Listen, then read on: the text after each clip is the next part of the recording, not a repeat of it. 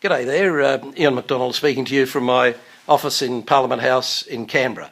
Well, it'll be a big weekend for me this weekend. Tomorrow lunchtime in Brisbane will be the launch of Gina Rinehart's book on Northern Australia, which I'm vitally interested in. And Friday morning, the Conservative Club breakfast, and then Friday evening, the YLNP past President's dinner involving Life members as well, of which I'm proudly one. And then on Saturday, of course, the Senate pre-selection. And I won't say anything more about that just at this time. It's been an interesting week in Parliament this week. It's been the Senate only. The House of Representative members are back in their electorates doing their good works. We've raised this week the poorer state of our borders, the fact that it is costing the government an absolute fortune to deal with these illegal immigrants, and of course it's the taxpayers that pay. Net debt continues to increase, and it's you, the taxpayers, who'll have to pay that back one day, and until you do that, you're paying $20 million every day in interest to foreign lenders for the Gillard government's financial mismanagement. We've also raised in question time this morning my question to the Health Minister about reports of cutback in funding for cancer patients.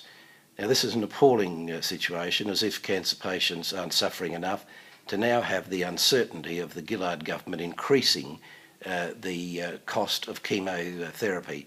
It might even be the case, we're told, that the St Andrews Hospital cancer clinic in Toowoomba might have to be shut down because of the government's mean-spirited and stingy approach to funding health, all trying to get the budget back to this illusory surplus.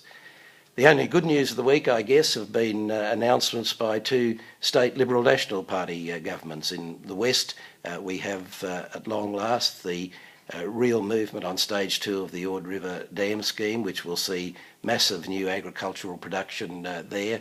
That'll be great. And from the Queensland government, we've had the go-ahead for the Ella Bay tourist resort and residential complex just north of Innisfail, which will be great for employment and for the local economy there. Next week, the reps will be back joining the Senate for the very last week of Parliament this year. We know already that there will be a number of very important bills guillotined through the Parliament next year by the Greens joining with the Labor Party to curtail debate. These are very important bills, but they're not going to be fully scrutinised because of the way the Labor Party and the Greens have joined together to curtail proper debate and proper scrutiny.